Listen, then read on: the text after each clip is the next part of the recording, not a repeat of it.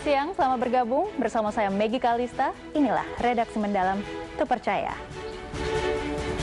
Bermain tanpa pengawasan orang tua, dua anak usia balita di Kabupaten Probolinggo, Jawa Timur meninggal dunia akibat tenggelam di sungai pada Kamis sore. Kita beralih ke informasi lainnya, karyawati salah satu BUMN pertambangan mengunggah video berisi olok-olok terhadap pegawai honorer yang harus mengantre di rumah sakit karena menggunakan BPJS Kesehatan. Berakhir tragis.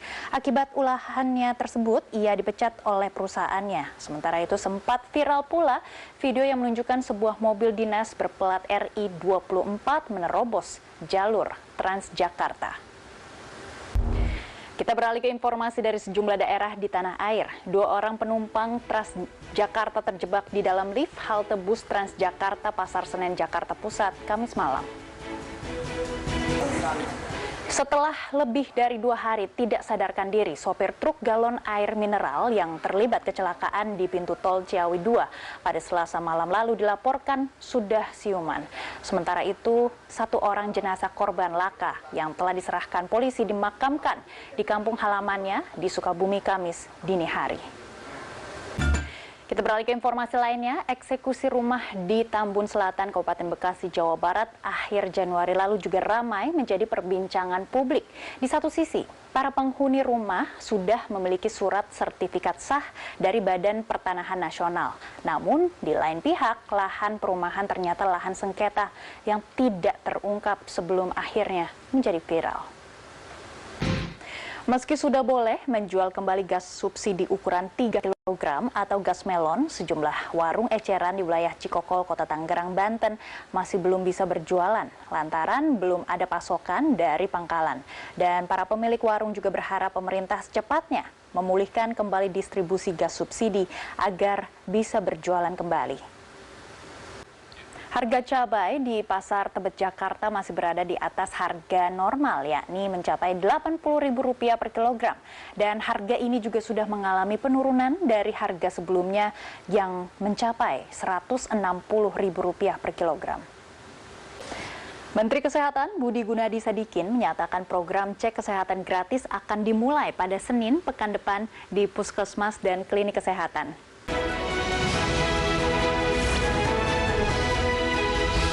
Terima kasih Anda masih bersama kami. 6 unit rumah di Kabupaten Batubara, Sumatera Utara terbakar. Kebakaran diduga akibat hubungan pendek arus listrik. Adapun di Jawa Barat, seorang warga tewas dalam peristiwa kebakaran di Kabupaten Bandung Barat. Dan korban terjebak di dalam kobaran api saat kebakaran menghanguskan 3 bangunan. Bagi warga Jakarta dan sekitarnya, kuliner pecel lele Lamongan tentunya sudah tidak asing lagi. Bagi sebagian orang, pecel lele bahkan sudah menjadi makanan sehari-hari. Keberadaan warung pecel lele yang bertebaran di antara hiruk-pikuk jalanan juga menjadi warna sisi kota Jakarta.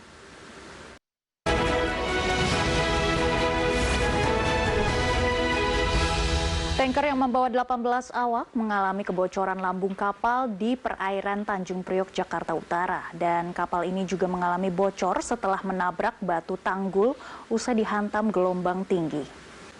Sementara itu ombak setinggi 2 meter juga melanda pesisir utara Jakarta di pantai Marunda, Cilincing, Jakarta Utara pada Kamis pagi. Ombak menghanyutkan bagian bagan apung dan juga merusak sejumlah warung. Sementara itu di kawasan pantai selatan, Kabupaten Malang, gelombang tinggi berdampak pada nelayan setempat. Tangkapan ikan mereka menurun drastis dan kondisi ini juga diperparah dengan peningkatan kecepatan angin. Sebuah jembatan gantung di Kabupaten Pandeglang, Banten nyaris roboh. Meski begitu warga, terutama siswa, tetap melewati jembatan tersebut untuk beraktivitas. Sementara itu akibat banjir yang merendam, ratusan warga, salah satu desa di Demak, Jawa Tengah, menggunakan rakit darurat untuk melintasi genangan air. Kita beralih ke informasi lainnya, PT Kereta Api Indonesia telah membuka pemesanan tiket kereta api untuk masa angkutan Lebaran 2025. Tiket sudah dapat dipesan mulai H-45 sebelum tanggal keberangkatan, yakni sejak 4 Februari 2025 lalu. Penjualan tiket ini dilakukan secara bertahap sesuai dengan jadwal pemesanan yang telah ditentukan.